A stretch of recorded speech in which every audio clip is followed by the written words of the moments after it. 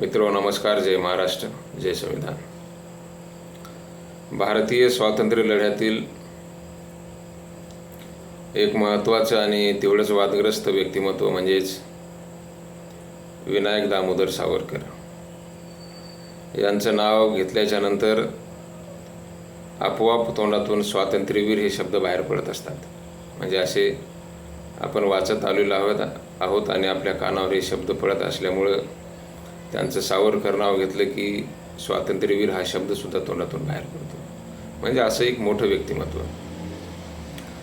तर या विनायक दामोदर सावरकरांना स्वातंत्र्यवीर म्हणायचं की माफीवीर म्हणायचं या संदर्भात सुद्धा वेगवेगळे डावे आणि उजवे विचारसरणीच्या पक्ष संघटना यांच्यामध्ये वादविवाद नेहमी होत असतात. आपण ऐकत असतो, पाहत असतो.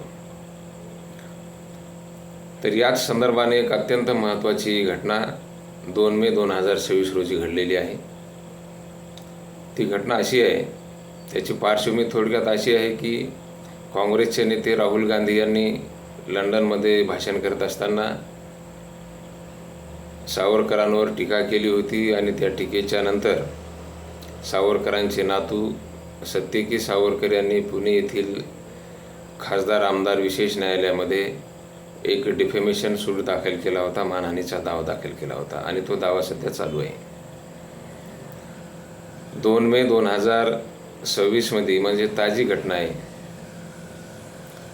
याच प्रकरणाच्या सुनावणी दरम्यान या दिवशी राहुल गांधी यांचे वकील मिलिंद पाटील यांनी सत्यकी सावरकर यांचा उलट तपास घेतला. त्या उलट तपासामध्ये मिलिंद पाटील यांनी त्यांना विचारलं की सावरकरांनी मर्सी पिटिशन्स दाखल केल्या होत्या का. तर सत्यकी सावरकर यांनी स्पष्ट सांगितलं की हो, केल्या होत्या. आता ज्या वेळेस न्यायालयामध्ये एखादा साक्षीदार येऊन त्या ठिकाणी कबुली देत असतो त्यावेळेस ती गोष्ट न्यायालयामध्ये सिद्ध होण्याची गरज नाही, सिद्ध करण्याची गरज नाही. म्हणजे हे एक अत्यंत महत्त्वाचा मुद्दा आहे. आता न्यायालयामध्येच त्यांनी तशी कबुली दिल्यामुळे सावरकरांनी मर्सी पिटिशन्स दाखल केल्या, माफी मागितलेली आहे हे स्पष्ट झालेलं आहे. आता ऐतिहासिक संदर्भ जर घ्यायचे असतील तर सावरकरांनी 1911, 13, 14, 18 आणि 20 एवढ्या 5 वेळेस अशा मर्सी पिटिशन्स दाखल केलेले आहेत. आणि त्यांनी जर मर्सी पिटिशन्स म्हणजे दया याचिका जर दाखल केल्या असतील, या दया याचिकांचा थोडक्यामध्ये अर्थ असा आहे, ब्रिटिशांकडे त्यांनी दाखल केल्या होत्या किंवा जे काय झालं असेल ते होऊ द्या, परंतु यानंतर माझ्याकडून भारतीय स्वातंत्र्य संग्रामाच्या बाबतीत असं कोणतंही काम होणार नाही की ज्यामुळे ब्रिटिश सरकार अडचणीत येईल किंवा भारतीयांना फायदा होईल आणि ब्रिटिशांचं नुकसान होईल. अशा प्रकारचं माझ्याकडून कोणतंही काम होणार नाही. त्यामुळे मला जेलमधून सोडून द्यावं. ज्यावेळेस त्यांना काळ्या पाण्याची शिक्षा झाली होती अंदमान निकोबारला, त्यावेळेस त्यांनी हे संपूर्ण माफीनामे लिहिलेले आहेत.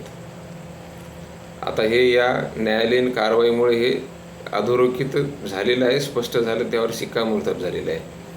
त्यांच्या पत्रामुळे तर अगोदर झालेलाच आहे, परंतु न्यायालयामध्ये एखादी अशी कबुली जबाब येत असतात, त्यामुळे त्याला अधिक महत्त्व प्राप्त झालेलं असते. आणि त्यामुळं ही एक प्रकारची सावरकर स्वातंत्र्यवीर आहेत की माफीवीर आहेत यावर या त्यांच्याच नातवाने दिलेल्या कबुली जबाबामुळे एक प्रकारे शिक्कामोर्तब झालेला आहे. तर सांगण्याचा हेतू एवढाच, जो अनेक वर्षांपासूनचा जो वाद आहे त्या वादावर या प्रकरणामुळे पडदा पडण्याची सुद्धा शक्यता आहे. तो पडदा पडलेला आहे असं म्हणण्यास काही हरकत नाही. या संदर्भाने एक आपला कायदेशीर संदर्भातला ब्लॉग आहे itsravan.blogspot.com यावर एक लेखसुद्धा लिहिलेला आहे या केसच्या संदर्भाने. तो जर आपण वाचला तर मला वाटते आणखीन थोडंफार याच विषयाच्या संदर्भाने आपल्याला समजण्यास मदत होईल. तर थांबूया. जय भीम, जय महाराष्ट्र, जय संविधान, जय भारत.